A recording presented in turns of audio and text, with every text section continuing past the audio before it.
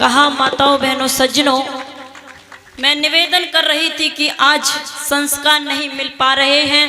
अगर बुढ़ापे में सेवा लेनी है तो सबसे पहले हमें अपने संतानों को उत्तम बनाना पड़ेगा।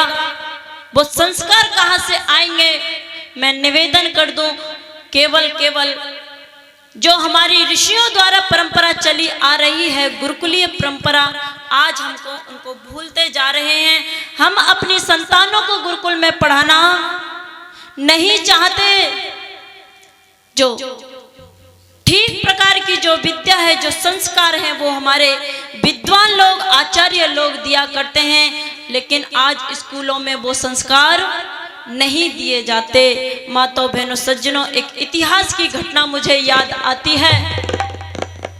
मेरे देश की बहनें ऐसी हुआ करती थी जो अपनी संतानों का निर्माण करती थी, और आज की बहनें छोटे बच्चे को माताजी मेरा 100 रुपए से सम्मान करती हैं। एक बार जोरदार तालियों से इनका स्वागत करेंगे।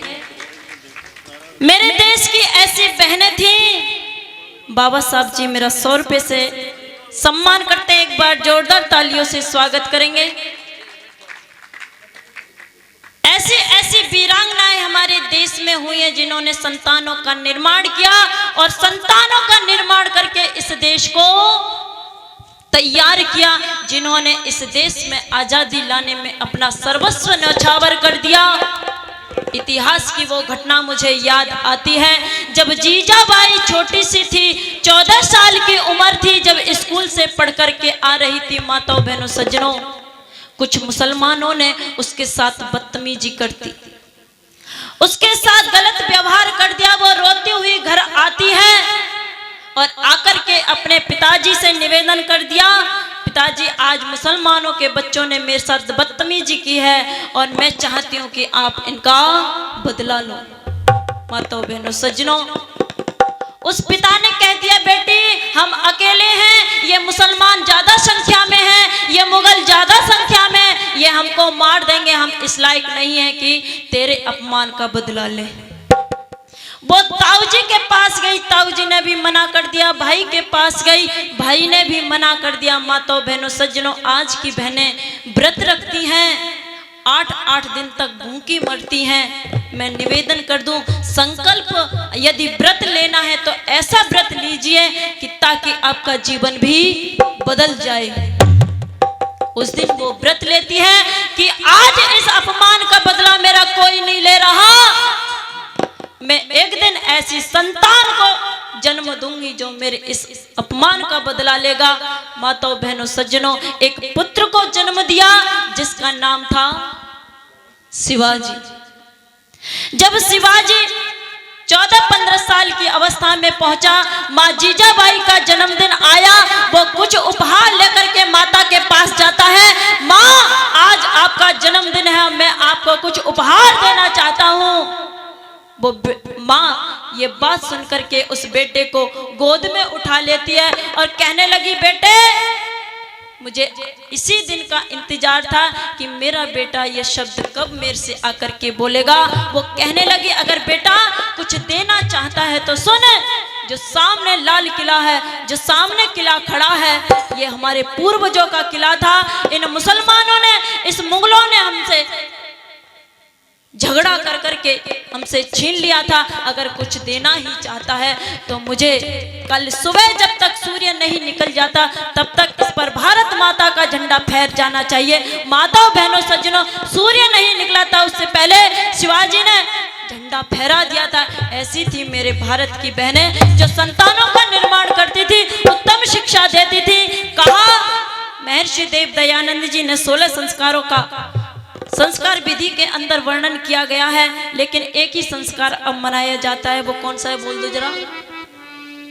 अंतिम संस्कार, केवल अंतिम संस्कार, और सारे संस्कारों को हम भूलते जा रहे हैं। माताओं बहनों सज्जनों, अगर संतान को उत्तम बनाना है तो संस्कारों को, जो ऋषियों ने हमें परंपरा बताई, जो नियम बताए, जो वेद कहता है, हमें उन नियमों पे चलना पड़ेगा, उन संस्कारों को अपनाना पड़ेगा। तो बड़ा सुंदर कवि ने लिख दिया, क्या? अरे बहना 16 संस्कार